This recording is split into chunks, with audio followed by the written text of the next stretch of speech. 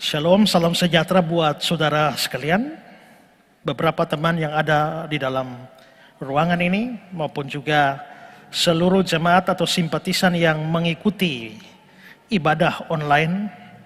Saya mengecek tadi ada sekitar 1000-an orang sedang mengikuti ibadah ini.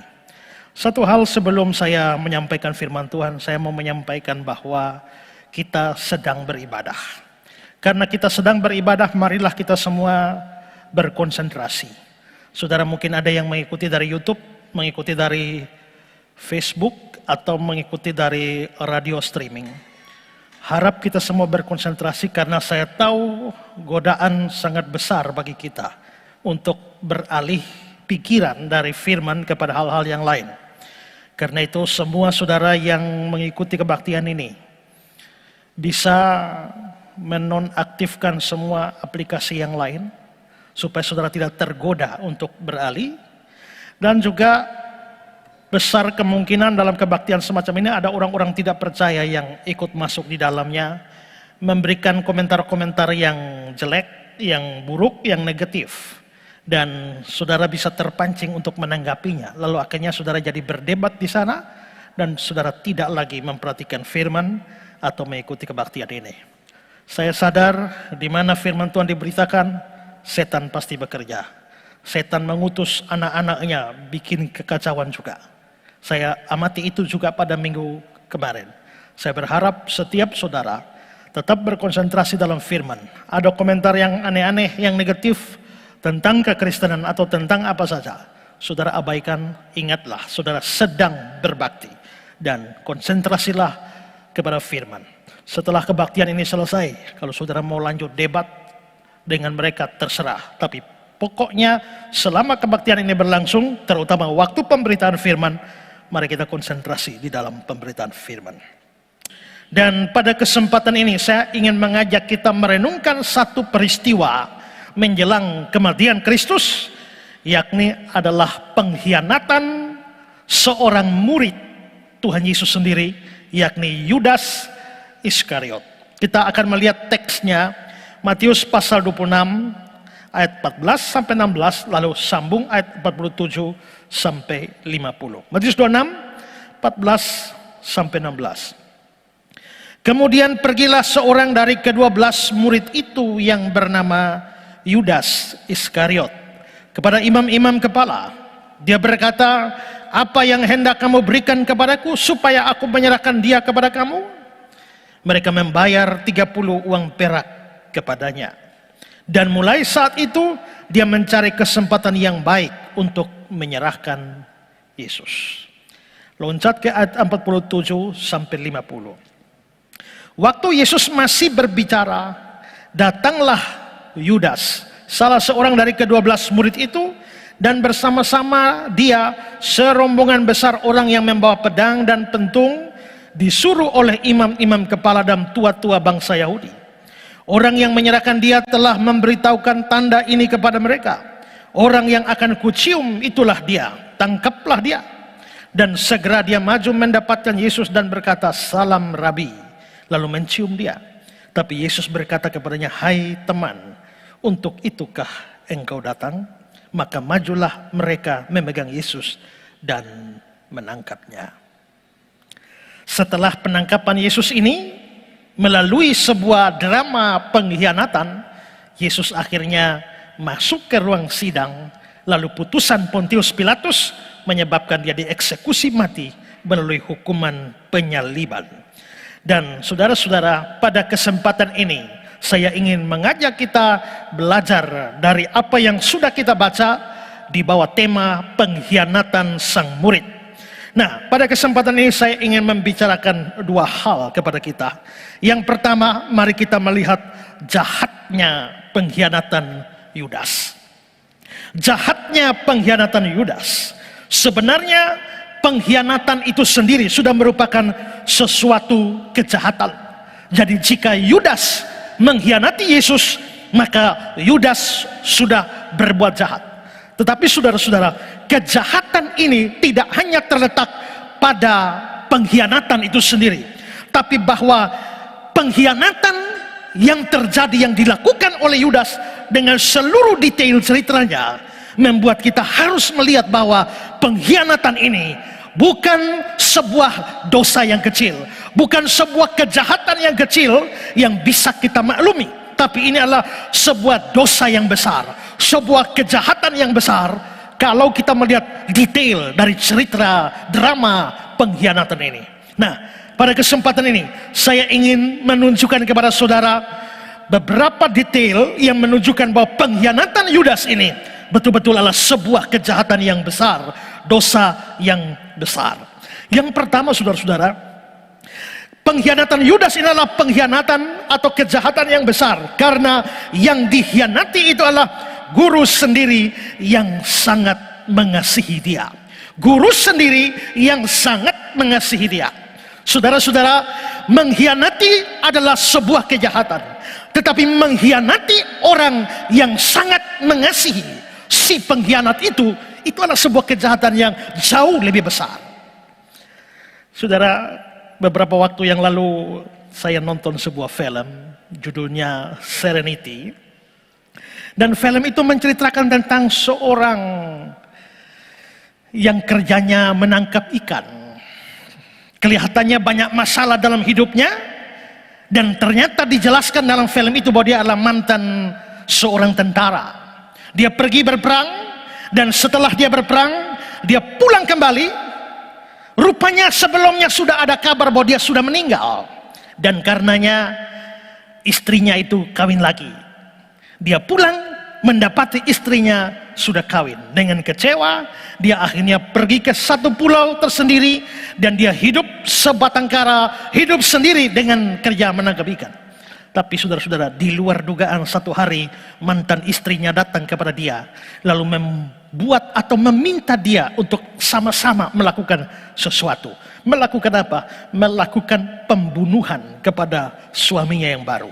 Kenapa? Karena rupanya suami yang baru ini manusia yang jahat sekali, sering menyiksa dia, sering menganiaya dia, bahkan mempunyai rencana membunuh anaknya dia.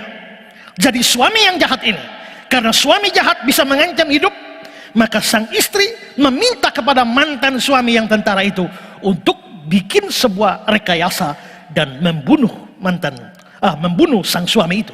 Dan akhirnya mereka memang membunuh suami itu di laut dengan menenggelamkannya dan dimakan oleh ikan hiu. Saudara-saudara, kalau kita melihat itu jelas adalah sebuah kejahatan, tetapi kejahatan itu dilakukan kepada orang jahat. Pembunuhan itu dilakukan kepada seorang jahat. Pembunuhan atau pengkhianatan kepada orang jahat tidak membuat pengkhianatan itu menjadi baik. Pengkhianatan tetap adalah pengkhianatan. Tetapi yang mau saya tekankan, jikalau pengkhianatan kepada orang jahat saja adalah sebuah kejahatan, apalagi pengkhianatan kepada orang baik, apalagi pengkhianatan kepada orang yang sangat mengasihi, bukan hanya mengasihi orang lain, mengasihi si pengkhianat sendiri. Itu adalah sebuah kejahatan yang besar sekali. Nah, saudara-saudara, kitab suci mengatakan bahwa Yesus itu mengasihi, tetapi dia bukan hanya mengasihi orang-orang tertentu saja secara khusus dalam skop yang sempit terhadap murid-murid, dia mengasihi seluruh muridnya. Di dalam Yohanes pasal 13 ayat 1 dikatakan, sama seperti dia senantiasa mengasihi murid-muridnya, demikian sekarang dia mengasihi mereka sampai kesudahan. Saudara-saudara, di sini Yesus dikatakan dia mengasihi murid-muridnya. Jikalau Yesus mengasihi murid-muridnya, Yudas itu adalah salah satu muridnya, maka sudah pasti Yudas pun dikasihi oleh Yesus.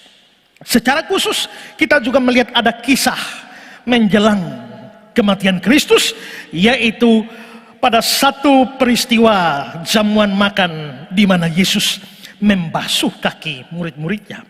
Sebelum peristiwa pembasuhan kaki itu terjadi, di dalam Yohanes pasal 13 ayat yang ke-11 dikatakan, sebab dia, Yesus, tahu siapa yang akan menyerahkan dia. Karena itu dia berkata, tidak semua kamu bersih. Dia tahu siapa yang akan menyerahkan dia. Yesus tahu yang akan menyerahkan dia beberapa saat lagi adalah Yudas yang juga turut makan bersama-sama di sana. Dan saudara-saudara, yang menariknya pada peristiwa itu, Yesus sempat membasuh kaki murid-muridnya, dan sudah pasti kaki Yudas Iskariot juga sedang atau dibasuh oleh Kristus. Tadi dikatakan dalam ayat 1 bahwa Yesus mengasihi murid-muridnya, dan sekarang dia membasuh kaki murid-muridnya. Kalau di situ ada Yudas, berarti Yesus mengasihi Yudas dan dia membasuh kaki murid-muridnya, termasuk kaki Yudas dia basuh. Henry berkata, tidak ada tanda-tanda bahwa Kristus melewatkan kaki Yudas, sebab dia juga ada di sana. Jadi bayangkan saudara, bahwa kalau saudara tahu beberapa jam lagi ada orang yang mau membunuh saudara, yang mau merencanakan kejahatan bagi saudara, bisakah saudara tetap mengasihi dan melayani dia? Tapi itulah yang terjadi dengan Yesus. Henry kembali berkata, dia membasuh kaki seorang pendosa yang terbejat dari segala pendosa, yang terjahat, yang pernah melawan dia, yang pada saat itu sedang berikhtiar untuk mengkhianatinya. Maka di sini kita bisa melihat Yesus sangat mengasihi, termasuk di dalamnya mengasihi Yudas. Dan saudara-saudara, terhadap kasih yang besar seperti ini, terhadap cinta yang besar seperti inilah pengkhianatan Yudas diarahkan kepadanya. Maka pengkhianatan Yudas adalah sebuah kejahatan besar. Kenapa? Karena yang dikhianati adalah sang guru yang sangat mengasihi, sangat mencintai, sampai membasuh kakinya. Ini menjadi sebuah kejahatan yang besar. Kalau cerita saya tadi tentang Serenity, film Serenity, itu pengkhianatan yang dilakukan kepada orang jahat, itu pun tidak membuat sebuah pengkhianatan menjadi baik. Apalagi pengkhianatan kepada orang yang baik, orang yang penuh dengan cinta kasih seperti Tuhan Yesus. Maka pengkhianatan Yudas adalah kejahatan besar. Kedua, yang membuat pengkhianatan Yudas ini adalah pengkhianatan yang besar, adalah inisiatif pengkhianatan bukan datang dari para musuh, tapi dari Yudas sendiri. Saudara-saudara, maksudnya adalah bahwa yang merencanakan pembunuhan terhadap Yesus itu adalah musuh-musuhnya, imam-imam kepala, ahli-ahli Taurat. Dan saudara-saudara, bukan mereka yang datang membujuk Yudas, bukan mereka yang berupaya menghasut Yudas supaya berkhianat kepada sang guru. Tidak, Yudaslah yang berinisiatif pergi kepada mereka. Kalau kita lihat bacaan kita tadi ayat 14-15, kemudian pergilah seorang dari ke-12 murid itu yang bernama Yudas Iskariot kepada imam-imam kepala. Dia berkata, apa yang hendak kamu berikan padaku supaya aku menyerahkan dia padamu? Pergilah Yudas Iskariot kepada imam-imam kepala. Berarti inisiatif ini datang dari Yudas. Karena inisiatif ini datang dari Yudas, sudah terang, ini membuat para musuh Yesus, para imam kepala menjadi sangat bergembira. Markus pasal 14 ayat 11, mereka sangat gembira waktu mendengarnya, dan mereka berjanji akan memberi uang kepadanya. Tindakan Yudas, inisiatif Yudas membuat para musuh Yesus itu menjadi sangat gembira. Mengapa mereka sangat gembira? Karena sebenarnya sekian lama mereka memang sudah mempunyai rencana membunuh Yesus, tapi mereka belum menemukan caranya. Mengapa? Karena mereka takut pada orang banyak. Orang banyak jelas mencintai Yesus. Karena itu mereka tidak bisa membunuh Yesus di muka umum, terang-terangan. Mereka harus membunuh Yesus secara diam-diam. Tapi bagaimana caranya? Bagaimana mereka menemukan dia? Sekian lama mereka berusaha mencari cara membunuh Yesus. Dalam Lukas 20 ayat 2, imam-imam kepala dan ahli-ahli Taurat mencari jalan bagaimana mereka dapat membunuh Yesus. Sebab mereka takut kepada orang banyak. Mereka cari cara bunuh Yesus. Dalam Yohanes 11:57, sementara itu imam-imam kepala dan orang-orang Farisi telah memberikan perintah supaya setiap orang yang tahu di mana dia berada memberitahunya, agar mereka dapat menangkap dia. Sekian lama mereka cari-cari, pucuk dicinta ulam tiba. Yudas Iskariot dari kalangan dalam datang dengan tawarannya, dan karenanya Yudas menjadi solusi bagi problem rencana jahat dari imam kepala. Maka kejahatan Yudas adalah kejahatan yang besar, karena bukan musuh-musuh mendatanginya, tapi dia mendatangi musuhnya. Yudas menjadi solusi bagi rencana jahat para musuh Yesus. Itu kejahatan yang besar. Ketiga, yang membuat kejahatan Yudas ini sangat besar adalah harga sang guru hanya dinilai dengan 30 keping perak. Saudara-saudara, ini jumlah yang sangat rendah. Di dalam perjanjian lama, kita melihat ada satu cerita bagaimana Abimelek sempat mengambil Sarah, istri Abraham, untuk dijadikan istri. Beruntungnya dia diperingatkan, ditegur oleh Tuhan, sehingga akhirnya Abimelek melepaskan Sarah. Tidak mengambil Sarah menjadi istrinya, karena Sarah adalah istrinya Abraham. Nah, setelah menyadari kesalahannya itu, Abimelek itu lalu memberikan harga tertentu sebagai permohonan maafnya pada peristiwa itu. Berapa yang diberi? Kejadian 20 ayat 16. Lalu katanya kepada Sarah, telah kuberikan kepada saudaramu. Maksudnya saudaramu ini kan Abraham, karena Abraham menipu mengatakan Sarah itu saudaranya. Lalu katanya kepada Sarah, telah kuberikan kepada saudaramu 1000 sikal perak. Itulah bukti kesucianmu bagi semua orang yang bersama-sama dengan engkau, maka dalam hal engkau dibenarkan. Berarti saudara-saudara, Abimelek menghargai atau menilai harga diri dari Sarah itu dengan 1000 sikal perak. Diri dari Sarah dinilai dengan 1000 sikal perak, tapi nyawa dari sang guru hanya dinilai dengan 30 sikal perak. Kalau kita melihat juga di dalam kitab suci, 30 keping perak itu sangat murah. Itu harga apa? Mari kita lihat Keluaran 21 ayat 32. Tetapi jika lembu itu menanduk seorang budak laki-laki atau perempuan, maka pemiliknya harus membayar 30 sikal perak kepada tuan budak itu, dan lembu itu harus dilempari mati dengan batu. Berarti saudara-saudara, kalau ada budak yang sampai mati karena diserang oleh binatang, harga nyawa budak itu 30 keping perak. Kenapa saudara? Karena budak murah memang, karena budak waktu itu dianggap sebagai barang, dan kebetulan barangnya bernapas. Maka nilai seorang budak itu begitu rendah, cuma 30. Harga diri Sarah 1000 sikal perak. Harga seorang budak 30 sikal perak. Dan Yudas menghargai nyawa gurunya hanya dengan 30 sikal perak. Betapa rendahnya nilai dan nyawa sang guru di mata muridnya. Betapa jahatnya pengkhianatan ini. Ini hal ketiga membuat pengkhianatan ini betul-betul adalah kejahatan besar. Keempat, yang membuat pengkhianatan ini betul-betul adalah kejahatan yang besar adalah di dalam mencari kesempatan menyerahkan Yesus. Yudas mirip dengan iblis.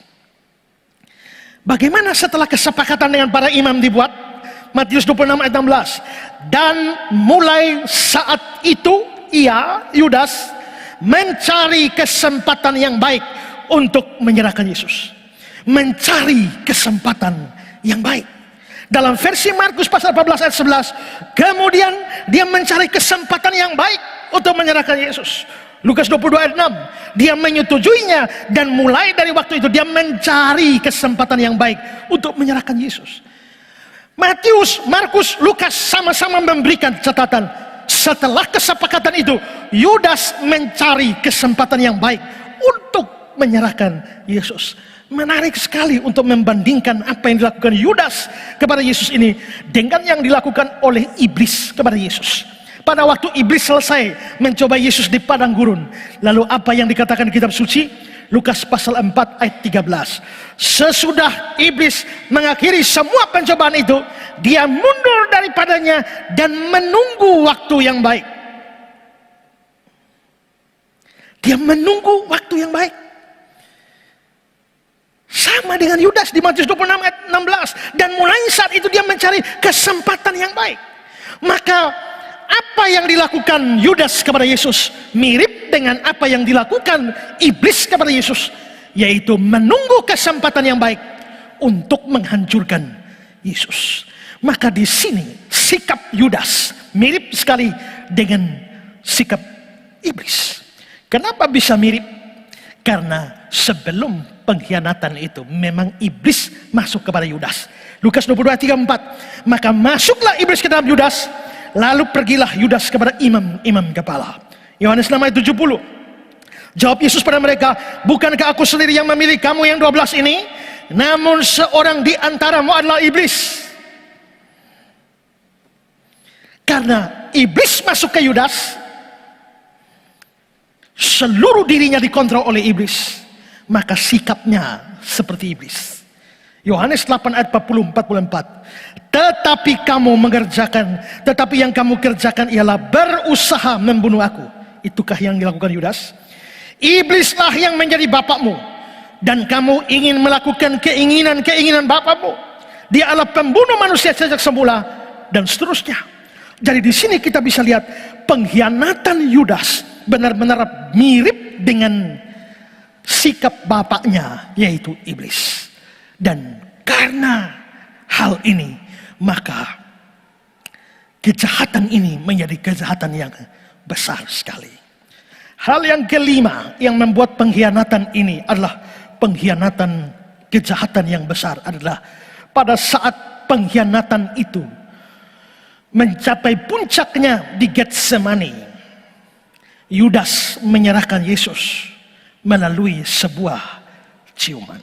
Matius 26, 48, 49. Orang yang menyerahkan dia telah memberitahukan tanda ini pada mereka. Orang yang akan kucium, itulah dia, tangkaplah dia. Dan segera dia maju mendapatkan Yesus dan berkata, salam Rabi, lalu mencium dia. Ciuman adalah sebuah simbol kasih yang luar biasa. Di dunia timur orang menggunakan ciuman sebagai tanda kasih sayang, tanda kekerabatan, tanda kedekatan. Di dunia barat mungkin itu sesuatu yang asing. Tapi di dunia timur itu adalah simbol kasih sayang dan cinta kasih. Tapi ironisnya simbol cinta kasih ini justru dipakai sebagai cara pengkhianatan. Di dalam ayat 48, orang yang akan kucium itu, tangkaplah dia. Di dalam bahasa Yunaninya untuk kata cium di dalam ayat 48 itu menggunakan kata pileo. Kita tahu bahwa pileo itu adalah artinya kasih. Salah satu kasih, ada agape, ada pileo. Nah, kata cium di sini itu menggunakan kata pileo yang sekedar berarti mencium. Tapi di dalam ayat 49, dan segera ia maju mendapatkan Yesus, salam Rabi, lalu mencium dia. Kata Yunaninya bukan lagi pileo, tapi berubah menjadi kata pileo. Dan kata pileo itu lebih daripada sekedar pileo. Maka kata pileo, kalau pileo itu artinya mencium biasa, tapi kata pileo ini artinya mencium berulang-ulang. Maka Yudas menggunakan, atau dengan kata lain, mencium dengan bersemangat. Maka Yudas menggunakan simbol kasih sayang, dilakukan dengan penuh semangat berulang-ulang, tapi itu dilakukan untuk mengkhianati sang guru yang sangat mencintainya. Ini kejahatan yang besar sekali. Maka saudara-saudara, di dalam pengkhianatan Yudas, kita melihat ada 5 hal yang membuat pengkhianatan ini adalah kejahatan yang besar. Kalau sampai pengkhianatan model seperti ini datang pada saudara, apa respon saudara? Menariknya, pada saat Yudas mencium Yesus seperti itu, dalam Matius 26 ayat 50, tetapi Yesus berkata kepadanya, "Hai teman, untuk itukah engkau datang?" Bayangkan dengan 5 hal yang membuat kejahatan itu besar. Yesus masih berkata, "Hai teman, untuk itukah engkau datang?" Sampai pada bagian ini waktu saya renungkan tadi malam, saya bilang, seandainya Yudas yang mengkhianati saya, maka pada waktu dia datang, saya akan berkata, "Hai biadab, untuk itukah engkau datang? Hai bajingan, untuk itukah engkau datang?"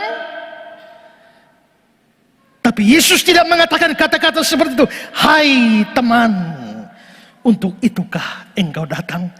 Betapa luar biasanya cinta kasih Yesus yang jauh melampaui besarnya pengkhianatan. Di sini kita bisa lihat ada sebuah kejahatan yang besar. Tapi di situ juga kita melihat ada sebuah kasih yang lebih besar dari sebuah pengkhianatan. Kiranya kita merenungkan ini supaya kita tidak menjadi orang-orang yang menyalahgunakan kasih sayang Tuhan bagi kita, melupakan cinta kasih Tuhan yang besar bagi kita, dan mengkhianati Dia di dalam hidup kita seperti yang dilakukan oleh Yudas Iskariot. Ini hal pertama yang saya bicarakan. Sekarang saya bicarakan hal yang kedua. Mengapa Yudas mengkhianati Yesus? Apa motivasi dia sebenarnya? Apa tujuan dia sebenarnya di dalam pengkhianatan yang besar ini? Tidak mudah bagi kita untuk melihat alasan Yudas.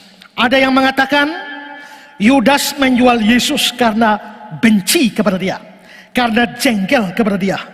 Jengkel masalah apa? Karena kalau kita melihat konteksnya, peristiwa pengkhianatan Yudas ini oleh Matius dan Markus itu diletakkan setelah peristiwa pengurapan Yesus oleh Maria dengan minyak narwastu murni. Di dalam Matius pasal 26 dan juga Markus pasal 14. Pada waktu Maria mencurahkan minyak narwastu murni di kaki Yesus, lalu dikatakan bahwa Yudas itu memprotes. Mengapa? Untuk apa seluruh pemborosan ini? Bukankah minyak ini dapat dijual 300 dinar dan uangnya dibagikan pada orang miskin? Tapi Yesus menolak tegurannya, menolak kata-katanya, dan bahkan membela apa yang dilakukan oleh Maria.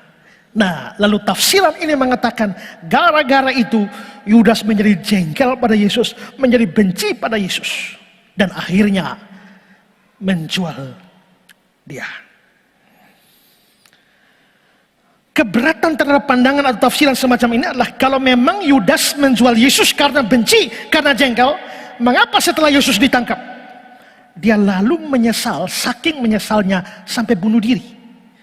Jadi saya merasa bahwa dugaan ini tidak terlalu kuat, atau penafsiran ini tidak terlalu kuat. Ada juga yang mengatakan bahwa Yudas melakukan penjualan Yesus, pengkhianatan, karena dia terpengaruh dengan kata-kata Yesus dalam Matius 26 ayat 2. Matius 26 ayat 2. Kamu tahu 2 hari lagi akan dirayakan Paskah, maka anak manusia akan diserahkan untuk disalibkan. Kalau 2 hari nanti dia akan disalibkan, dan itu dibiarkan begitu saja, toh dia akan mati juga. Jadi sekalian dijual. Ada penafsiran demikian, tapi tetap bagi saya kemungkinannya kecil untuk menerima penafsiran demikian. Dari penafsiran-penafsiran yang diberikan, saya melihat ada dua penafsiran terhadap motivasi Yudas ini yang perlu kita pertimbangkan, dan menurut saya dua-duanya memungkinkan. Pertama adalah Yudas itu menjual Yesus karena uang, karena memang dia punya sifat tamak akan uang. Bahwa Yudas memang adalah orang yang tamak uang itu sudah dibicarakan sebelumnya dalam Yohanes 12 ayat 6. Hal itu dikatakannya bukan karena dia memperhatikan nasib orang miskin, melainkan karena dia adalah seorang pencuri. Dia sering mengambil uang yang disimpan dalam kas yang dipegangnya. Jadi Yudas ini adalah bendahara yang suka mencuri uang dari kas. Jadi kelihatannya Yudas ini punya titik lemah, yaitu uang, masalah uang. Tadi saya sudah tunjukkan bahwa sebelum pengkhianatan itu, iblis masuk ke dalam Yudas. Dan biasanya iblis itu menyerang tidak sembarang menyerang. Iblis biasa menyerang orang pada titik lemah orang itu. Kalau orangnya suka emosi, maka hari ini iblis membawa semua orang. Dia mulai bangun pagi sampai tidur malam, semua orang bikin emosi.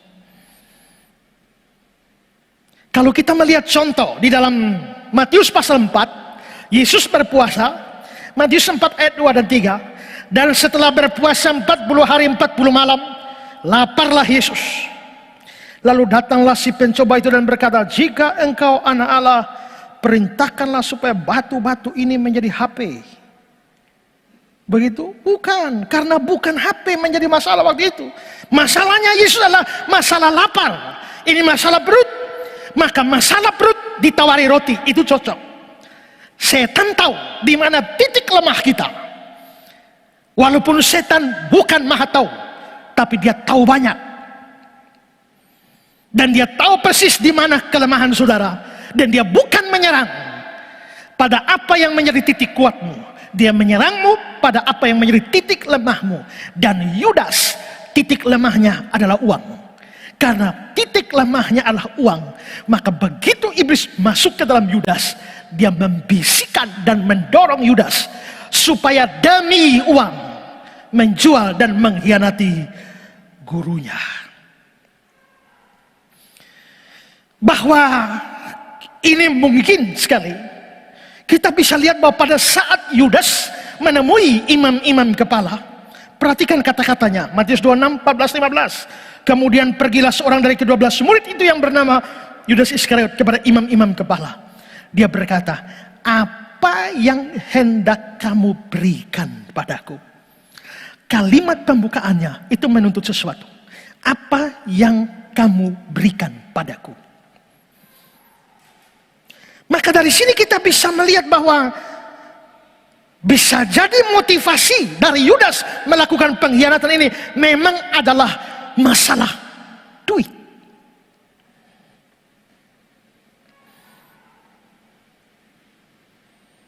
Henry bilang begini, apa yang hendak kamu berikan padaku? Ini kata-kata Yudas. Inilah satu-satunya alasan mengapa Yudas sampai mengkhianati gurunya sendiri. Dia mengharapkan imbalan uang dari perbuatannya itu. Bukan kebenciannya terhadap sang guru ataupun perselisihan dengannya yang membuat Yudas menjadi seorang pengkhianat, namun karena kecintaannya akan uang. Hanya itu saja. Cinta akan uang membuat Yudas rela mengkhianati gurunya sendiri. Dia rela melakukan kejahatan. Dia tidak keberatan melakukan kejahatan yang besar sekali demi sedikit uang. Pengalaman Yudas ini, kalau tafsiran ini benar, pengalaman ini mengajarkan pada kita betapa bahayanya sifat tamak atau cinta akan uang.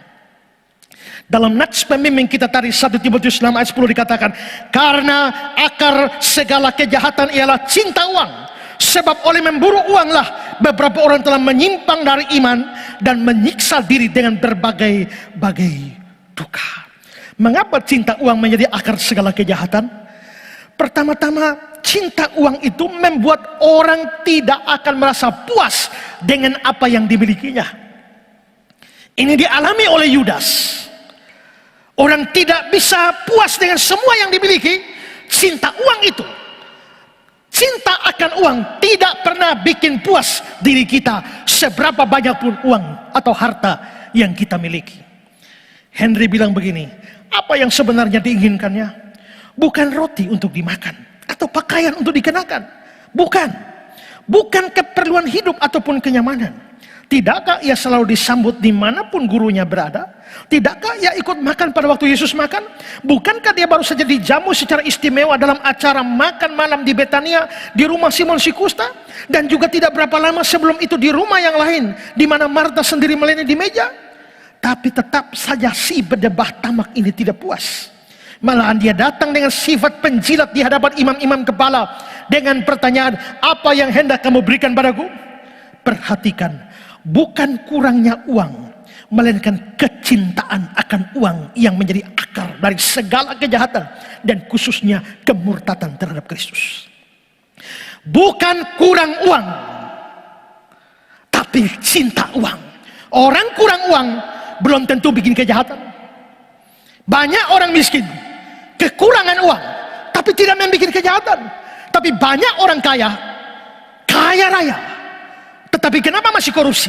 Kenapa masih kelak melakukan kejahatan? Mengapa masih menipu demi uang? Padahal mereka tidak kurang uang. Berarti problem mereka bukan kurang uang, tapi cinta akan uang. Itulah sebabnya kitab suci berkata cinta akan uang itu menjadi akar segala kejahatan. Dalam Pengkhotbah 5 ayat 9, siapa mencintai uang tidak akan puas dengan uang. Siapa mencintai kekayaan tidak akan puas dengan penghasilan. Itu pun sia-sia. Nah, karena cinta akan uang melahirkan ketidakpuasan, maka ketidakpuasan itu akhirnya mendorong kepada bermacam-macam dosa supaya bisa mendapatkan lebih banyak uang. Karena itu, demi uang orang tega membunuh. Demi uang orang mau menipu. Demi uang orang mencuri. Demi uang orang korupsi. Demi uang orang mencuri, termasuk curi kolekte. Demi uang, berapa banyak orang-orang berjubah pendeta yang melakukan korupsi kepada uang-uang gereja. Berapa banyak pendeta yang makan setelah tidak bertanggung jawab dari uang-uang yang diberikan dengan tulus untuk pekerjaan Tuhan. Demi uang orang bisa menyalahkan jabatan. Demi uang orang bisa jual narkoba. Demi uang orang bisa rela main film porno. Demi uang orang bisa bolos kebaktian karena ada pekerjaan yang mendatangkan duit. Demi uang pun bahkan orang-orang yang begitu kelihatan suci atas nama agama bisa melakukan tugas-tugas pelayanan mereka hanya karena cinta uang. Di dalam perjanjian lama kita ketemu ada ayat seperti Mika pasal 3 ayat 5 berkata, beginilah firman Tuhan terhadap para nabi yang menyesatkan bangsaku, yang apabila mereka mendapat sesuatu itu dikunyah, maka mereka menyerukan damai. Tetapi orang yang tidak memberi sesuatu dalam mulut mereka, mereka menyatakan perang. Jadi mereka menyerukan damai. Kalau mendapat sesuatu itu dikunyah, berarti mereka melayani itu hanya demi uang. Nabi-nabi palsu, guru palsu, para penyesat selalu mempunyai satu ciri, yaitu mata duitan. Memang tidak semua yang mata duitan adalah nabi palsu, tapi nabi palsu biasanya mata duitan.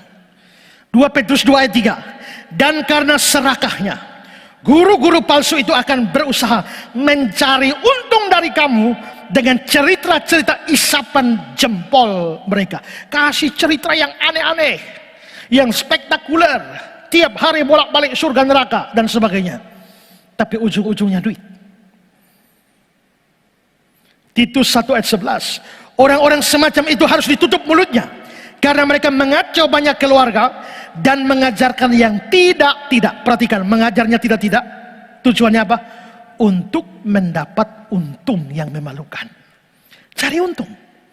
Yudas 16, mereka itu orang-orang yang menggerutu dan mengeluh tentang nasibnya, hidup menurut hawa nafsunya, tapi mulut mereka mengeluarkan perkataan yang bukan-bukan, dan mereka menjilat orang untuk mendapatkan keuntungan. Berapa banyak orang karena cinta uang, berapa banyak pendeta, berapa banyak hamba Tuhan karena cinta uang, lalu memanfaatkan apa yang kudus dari pelayanan Tuhan hanya sebagai alat untuk memperkaya diri sendiri. Semua itu karena cinta akan uang. Dunia pernah mengenal seorang penginjil televisi terkenal di dunia, namanya Oral Roberts. Dan saudara, orang ini satu hari mengaku bahwa dia mendapatkan perintah dari Tuhan untuk mengumpulkan duit sekian juta dolar, kira-kira 6 juta dolar harus dia kumpulkan. Dan Tuhan memberikan ancaman kepada dia, kalau sampai deadline-nya dan uang 6 juta dolar tidak dikumpulkan, maka Tuhan akan mencabut nyawanya. Karena itu dia bikin kampanye untuk seluruh dunia, kumpul duit, kumpul duit, kumpul duit. Karena kalau tidak capai uang itu, Tuhan akan bunuh dia. Maka begitu banyak orang yang cinta kepada dia, begitu banyak orang yang suka kepada dia. Mereka berusaha mati-matian kumpul-kumpul duit. Tapi kurang berapa hari dari deadline, duit yang dia sebutkan itu pun juga tidak terpenuhi. Bukan 6 juta, sekitar 8 juta dolar tidak terpenuhi. Dan dia terus bersuara, kurang berapa hari Tuhan akan bunuh dia kalau dia tidak bisa kumpulkan. Lalu terjadilah satu peristiwa.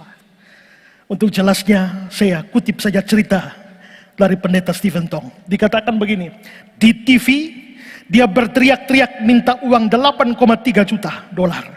Dia mengaku jika dia tidak dipenuhi keinginan, maka dia akan dipanggil oleh Tuhan. Kemudian orang-orang Kristen pemuja Oral Roberts di USA ramai-ramai mengumpulkan uang karena takut dia meninggal. Tiba-tiba pada hari H muncul sebuah cek yang berisi 6 juta dolar. Dan ketika wartawan menelusuri apakah orang yang memberikan cek itu orang Kristen atau bukan, ternyata bukan.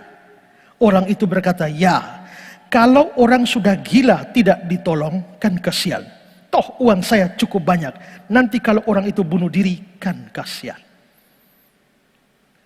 Jadi ini bukan orang Kristen, hanya tahu ada pendeta gila yang kalau tidak dikasih uang bisa bunuh diri. Maka sudah, dia kebanyakan uang dia kasih 6 juta dolar. Mengapa semua ini bisa terjadi? Semua akarnya adalah cinta akan uang. Barclay mengatakan, keinginan akan uang bisa merupakan hal yang membahayakan. Keinginan tersebut dapat membuat seorang menjadi buta terhadap kesopanan, kejujuran, dan kehormatan. Keinginan seperti itu akan membuat seorang menghalalkan segala cara asal dia memperolehnya. Disinilah kita melihat bahaya cinta uang adalah akar segala kejahatan. Bahkan saudara-saudara, betapa bahayanya cinta akan uang. Maka Alkitab menyebut orang yang cinta uang itu sama dengan menyembah berhala.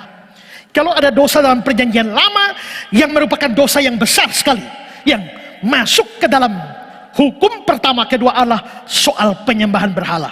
Tidak boleh ada berhala. Tapi menariknya, orang cinta uang itu disamakan dengan menyembah berhala. Kolose 3, 5, 6. Karena itu matikanlah dalam dirimu segala sesuatu yang duniawi, yaitu percabulan, kenajisan, hawa nafsu, nafsu jahat, dan juga keserakahan yang sama dengan penyembahan berhala. Serakah, cinta uang, rakus uang, sama dengan penyembahan berhala. Efesus 5 ayat 5. Karena ingatlah ini baik-baik, tidak ada orang sundal, orang cemar, atau orang serakah, artinya penyembah berhala, yang mendapat bagian dalam kerajaan Kristus dan Allah. Berarti saudara, kita bisa lihat bahwa cinta uang itu disebut sebagai penyembahan berhala. Berarti itu sesuatu yang betul-betul bahaya. Sama ketika penyembahan berhala adalah bahaya besar bagi kerohanian seseorang, cinta akan uang juga adalah bahaya besar. Butuh uang, semua butuh. Pendeta butuh uang, gereja butuh uang, semua manusia butuh uang. Tapi kita bisa butuh uang, tapi tidak cinta akan uang.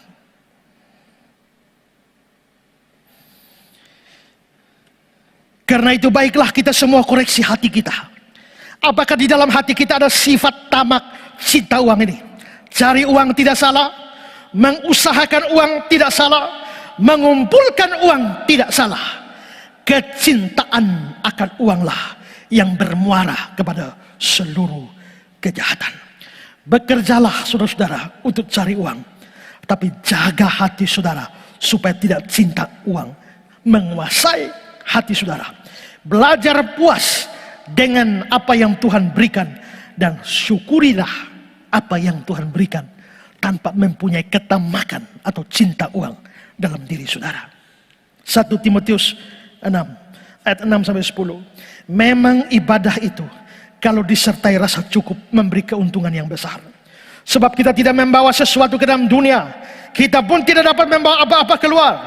Asal ada makan dan pakaian cukuplah.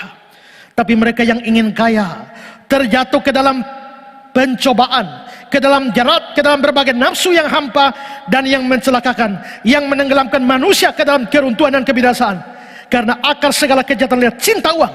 Sebab oleh memburu uang, beberapa orang telah menyimpang dari iman, menyiksa diri dengan berbagai-bagai duka. Gara-gara cinta uang.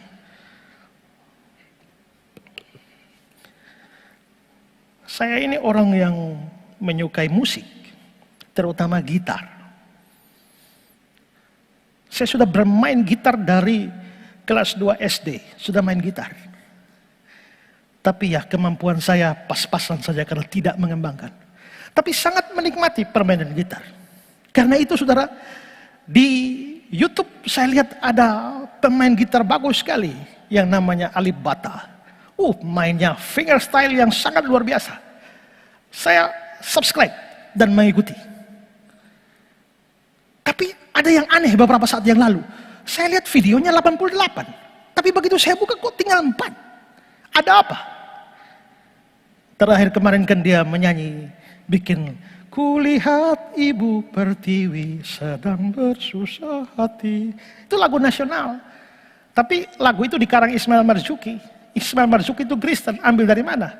What a friend we have in Jesus. Yesus kawan yang sejati. Ya saya akhirnya ambil bikin cerita di balik lagu Joseph Scriven, What a friend we have in Jesus. Lalu saya nyanyi dengan iringan gitar dari Alip Ba Ta yang sebenarnya bukan menyanyi Yesus kawan yang sejati, tapi kulihat ibu pertiwi. Tapi saya mau cerita begini, kenapa? Dari 88 video yang dia bikin kok tinggal 4. Setelah saya cari tahu, rupanya saudara, namanya nih Alip Ba Ta, Alip akhirnya P. Tapi rupanya ada orang yang membuat akun palsu nama Alif Ba Ta, lalu mengambil seluruh videonya si Alip jadi Alif, mengambil seluruh video Alip, lalu mengklaim hak cipta sebagai milik dia, lalu dijual bebas di pasar-pasar online semua, dan akhirnya mengklaim hak cipta, melapor si Alip ke YouTube, dan YouTube akhirnya merasa bahwa si Alip mencuri videonya Alif. Akhirnya YouTube minta si Alip menghapus seluruh video, kalau tidak dia dihabisi. Maka dengan terpaksa si Alip menghapus seluruh video yang telah diklaim hak ciptanya oleh Alif. Maka Alif si pencipta menjadi pencuri, dan Alif si pencuri menjadi pemilik. Ini kejahatan online luar biasa. Tapi kenapa orang bisa? Sekarang mereka lagi pengadilan YouTube. Tapi kenapa bisa begitu? Cinta uang. Sekarang kejahatan di dunia online juga besar. Dan kalau ditelusuri banyak akarnya adalah cinta uang. Obatnya satu, belajar mencukupkan diri dengan apa yang ada. Ibrani 13 ayat 5, jangan kamu menjadi hamba uang. Cukupkan dirimu dengan apa yang ada padamu. Karena Allah telah berfirman, aku sekali-kali tidak akan membiarkan engkau. Aku sekali-kali tidak akan meninggalkan engkau. Ibrani pasal 4, 11, 13. Kukatakan ini bukan karena kekurangan, sebab aku telah belajar mencukupkan diri dalam segala keadaan. Aku tahu apa itu kekurangan, aku tahu apa itu kelimpahan. Dalam segala hal, dalam segala perkara, tidak ada sesuatu yang merupakan rahasia bagiku. baik dalam hal kenyang maupun dalam hal kelaparan, dalam kelimpahan maupun dalam kekurangan. Segala perkara dapat kutanggung di dalam Dia yang beri kekuatan padaku. Belajar dari kasus Yudas. Jikalau penafsiran ini benar, dia menjual gurunya karena uang, maka ini menunjukkan betapa bahayanya cinta akan uang. Setiap saudara yang mendengar khotbah ini, koreksi diri. Silakan cari uang, silakan bekerja semaksimal mungkin untuk kumpulkan uang, tapi jaga hati saudara supaya tidak sampai cinta akan uang yang pasti membawa saudara kepada berbagai macam kejahatan demi uang. Ini penafsiran pertama, kemungkinan pertama, Yudas mengkhianati gurunya karena uang. Sekarang yang kedua. Yang kedua adalah Yudas menjual Yesus karena konsep mesianis yang salah. Dia menjual Yesus karena konsep mesianis yang salah. Pandangan ini tidak menyetujui bahwa Yesus dijual atau Yudas menjual Yesus karena uang. Alasannya adalah kalau Yudas mau cari uang, rasanya minta 30 keping perak itu harga yang terlalu murah bagi seorang target man seperti Yesus. Bandingkan dengan bonus-bonus yang dijanjikan kalau orang cari seorang buronan. Dulu zamannya bom Bali, orang menawarkan berapa miliar untuk dapat Imam Samudra, Nurdin M. Top, Osama bin Laden, dan segala macam manusia yang dicari. Nilainya harga begitu tinggi. Yesus ini target man dari para imam. Masakan kalau dia cari duit, kok hanya murah saja? Mestinya dia angkat harga. Juga kalau memang Yudas jual Yesus demi uang, mengapa setelah dapat uang lalu dia kembalikan uangnya? Matius 27:3. Pada waktu Yudas yang menyerahkan dia melihat bahwa Yesus telah dijatuhi hukuman mati, menyesallah ia, lalu dia mengembalikan uang yang 30 perak itu kepada imam-imam kepala dan tua-tua. Karena itu pandangan ini tidak menerima uang sebagai alasan Yudas jual Yesus. Lalu apa? Karena Yudas mempunyai sebuah konsep mesianik yang salah. Maksudnya bagaimana? Perlu diketahui bahwa Yudas ini satu-satunya murid Tuhan Yesus yang berasal dari provinsi Yudea. Dan provinsi Yudea itu adalah provinsi elit. Kenapa provinsi elit? Karena pusat pemerintahan itu ada di sana. Yudas satu-satunya dari Yudea.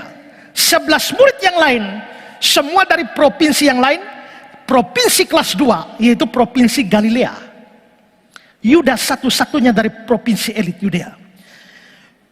Yudas berasal dari satu kampung namanya Keriot. Karena dia berasal dari Keriot, maka namanya menjadi Yudas Iskariot. Iskariot artinya Yudas dari Keriot. Jadi itu bukan marga, bukan fam. Sama seperti Maria Magdalena, maksudnya Maria dari kampung Magdala. Karena dia berasal dari si Maria, berasal dari Magdala, maka namanya disebut Maria Magdalena. Yudas Iskariot artinya Yudas dari kampung Keriot. Nah, kalau Yudas dari Keriot, William Barclay memberikan keterangan bahwa di kota Keriot ini ada sebuah kelompok pejuang Yahudi yang sangat radikal terhadap pemerintah Romawi. Dan besar kemungkinan melihat asalnya, Yudas termasuk kelompok radikal ini. Ketika itu bangsa Yahudi memang sedang dijajah oleh bangsa Roma. Dan di kalangan mereka tumbuh sebuah pengharapan mesianik, yaitu pengharapan akan datangnya Mesias, datangnya Kristus yang akan menjadi pemimpin nasional yang membawa Israel kembali pada masa jayanya seperti pada zaman Daud dan Salomo. Israel mengalami masa jaya pada Daud dan Salomo, tapi sejak dari penghancuran dan pembuangan ke Babel, mereka pindah-pindah kekuasaan. Dari Babilonia mereka pindah dikuasai oleh Media Persia. Dari Persia mereka pindah lagi di bawah kekuasaan Yunani. Dari Yunani mereka pindah lagi di bawah kekuasaan Romawi. Sejak pembuangan mereka tidak pernah menjadi satu bangsa yang merdeka. Nah, kelompok-kelompok radikal Yahudi ini memimpikan kejayaan kembali seperti masa lalu. Dan tokoh utama adalah Mesias. Sebagai salah seorang yang dekat dengan Yesus, Yudas mempunyai pengharapan. Tokoh Mesias yang menggulingkan Roma dan membawa kembali Israel pada masa jaya, itu adalah Yesus dari Nazaret. Yesus dari Nazaret adalah Mesias yang dijanjikan, yang akan melawan Romawi, yang akan memimpin pemberontakan melawan Romawi, menggulingkan mereka dan membawa Israel pada masa jaya. Ini harapan terus ada di dalam diri Yudas. Tapi Yudas lihat dari tahun ke tahun, satu tahun, tahun pertama, tahun kedua, tahun ketiga, kelihatannya tidak ada gerakan nasional. Tidak ada gerakan-gerakan militer. Tidak ada gerakan-gerakan untuk mengumpulkan massa. Tidak ada gerakan-gerakan perlawanan kepada Roma. Yesus malah sibuk urus orang sakit, orang buta, orang timpang, orang lumpuh, sibuk ngajar di mana-mana, sibuk ngurusi orang-orang sengsara dan sebagainya. Kelihatannya Yesus tidak peduli dengan nasib bangsanya. Dia tidak melakukan suatu gerakan revolusi seperti yang diimpikan oleh kelompok-kelompok radikal. Dia malah sibuk dengan orang-orang terpinggirkan. Lalu berpikirlah Yudas, mungkin sang guru harus dipaksa untuk bertindak melawan Roma. Kalau semua berjalan seperti biasa, mana mungkin dia melakukan gerakan terhadap Roma? Dia baru bisa melakukan gerakan terhadap Roma kalau sang guru diperhadapkan pada pilihan, dipaksa menghadapi Roma. Nah, bagaimana caranya? Yudas merancang skenario. Jual gurunya, bukan masalah uang. Yang penting dia terjual. Maka 30 keping perak bukan masalah. Gurunya dijual dengan harapan apa? Para prajurit Roma dan orang Yahudi datang mau menangkap Yesus. Dan harapan dia, pada waktu ditangkap itulah Yesus sudah diperhadapkan pada tidak ada pilihan lain selain melawan. Dan pada saat itulah Yesus akan melawan Roma. Pada saat itu melawan Roma, seluruh pengikutnya akan berdiri di belakang dia. Maka terjadilah revolusi. Dan tidak mungkin Yesus kalah. Dia pasti menang. Dan Roma akan disingkirkan. Dan dia berdiri menjadi pemimpin Raja Mesianik untuk Israel Raya.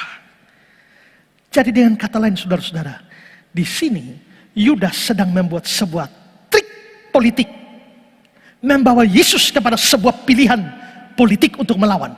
Sekian lamanya pikir orang miskin, pikir orang susah, pikir orang sakit. Kapan saatnya bikin revolusi? Taruh dia pada posisi tidak bisa menghindar. Jual dia. Supaya apa? Supaya dia tidak punya pilihan selain melawan, dan revolusi pun terjadi. Sayangnya Yudas salah perhitungan. Dia kira sang guru akan melawan. Ternyata pada waktu drama pengkhianatan dilakukan, sang guru bukan melawan, malah menyerahkan diri. Petrus sudah mulai mengobarkan api itu dengan potong telinga hamba imam besar. Tapi Yesus malah marah Petrus. Sarungkan pedangmu.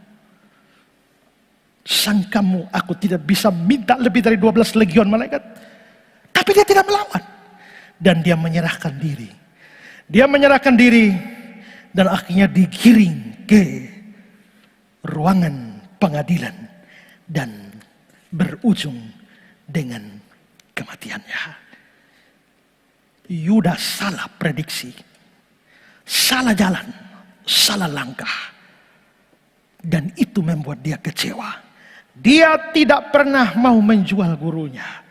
Dia tidak pernah punya keinginan menjual gurunya. Dia memang orang jahat, tapi tidak punya niat menjual gurunya. Dia hanya ingin gurunya bertindak seperti skenarionya. Dia hanya ingin sang guru berjalan sesuai perencanaannya, sesuai harapannya, sesuai cita-citanya. Sayang, semua skenario ini tidak berjalan semestinya. Akhirnya sang guru itu dieksekusi mati. Dalam penyesalan atas kesalahan langkah dan prediksi inilah Yudas dengan sangat kecewa dan penuh rasa bersalah pergi menggantung dirinya. Jadi mengapa Yudas menjual Yesus? Pandangan kedua ini bukan karena uang, tapi karena suatu konsep yang salah.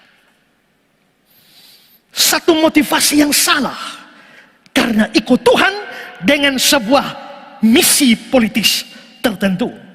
Jikalau kemungkinan atau tafsiran ini benar, maka ini pun memberikan pelajaran bagi kita bahwa seharusnya kita semua ikut Tuhan dengan motivasi yang tulus. Tidak dengan keinginan, motivasi-motivasi yang keliru. Ada banyak orang ikut Tuhan dengan motivasi yang keliru, dan akhirnya mereka memaksa Tuhan, memanfaatkan Tuhan seperti Yudas untuk memenuhi ambisi pribadi mereka. Itulah sebabnya banyak orang ikut Tuhan supaya kaya, supaya diberkati melalui teologi kemakmuran mereka. Ikut Tuhan supaya sukses, ikut Tuhan supaya sembuh, ikut Tuhan supaya populer, ikut Tuhan supaya menikmati segala kemewahan dunia ini. Ingat, yang ada di otak Yudas itu masalah politik, tapi pikiran Kristus adalah masalah rohani. Yudas ingin memanfaatkan Yesus untuk mencapai cita-cita dan ambisi politiknya. Saya seringkali melihat kalau musim-musim pilkada, berapa banyak orang, termasuk orang Kristen, memanfaatkan Yesus, memanfaatkan hal-hal rohani, memanfaatkan gereja, memanfaatkan nama-nama pelayanan untuk mencapai ambisi-ambisi politis tertentu. Sejarah telah mencatat betapa cita-cita, ambisi pribadi yang dipaksakan, yang tidak realistis dan menghalalkan segala cara, akhirnya berujung dengan tragedi. Jangan pernah mencoba membuat Yesus seperti apa yang kita inginkan. Marilah jadikan diri kita seperti apa yang Dia inginkan. Barclay mengatakan, tragedi Yudas adalah dia menolak untuk menerima Yesus sebagaimana adanya dan mencoba untuk membuat dia menjadi seperti yang ia inginkan. Kita tidak pernah bisa menggunakan dia untuk tujuan-tujuan kita. Kita harus tunduk untuk digunakan untuk tujuan-tujuannya. Tragedi Yudas adalah tentang seorang yang mengira dia lebih tahu dari Allah. Saudara, serahkan dirimu untuk dipakai guna tujuan Tuhan, dan bukan pakai Tuhan untuk mencapai tujuan saudara. Berapa banyak orang yang punya motivasi salah, ambisi yang salah di dalam gereja, di dalam pelayanan, di dalam seluruh aktivitas rohani, yang memakai Tuhan mencapai tujuan saudara. Bertobatlah, berbaliklah, karena seharusnya saudara yang dipakai untuk tujuan Tuhan, bukan saudara memakai Tuhan untuk tujuan saudara. Jikalau kemungkinan ini benar, maka penting bagi kita memperhatikan motivasi kita. Kita menurut saya tidak terlalu tahu pasti yang mana yang benar dari dua kemungkinan yang saya berikan. Tapi dua kemungkinan ini sama-sama menarik, dan kita dapat menarik pelajaran penting dari dua kemungkinan ini. Barclay bilang begini, kita bisa saja merasa jijik terhadap Yudas. Apalagi setelah saya bicarakan betapa jahatnya Yudas, kita bisa saja merasa jijik terhadap Yudas. Akan tetapi marilah kita memikirkan kembali ketamakan, iri hati, ambisi, keinginan dominan untuk hidup dengan cara kita sendiri. Berbedakah kita dengan Yudas? Inilah hal-hal yang membuat Yudas mengkhianati Yesus, dan inilah hal-hal yang masih bisa membuat orang pada masa kini mengkhianatinya. Adakah engkau Yudas? Adakah engkau Yudas? Adakah engkau Yudas? Adakah engkau Yudas? Amin.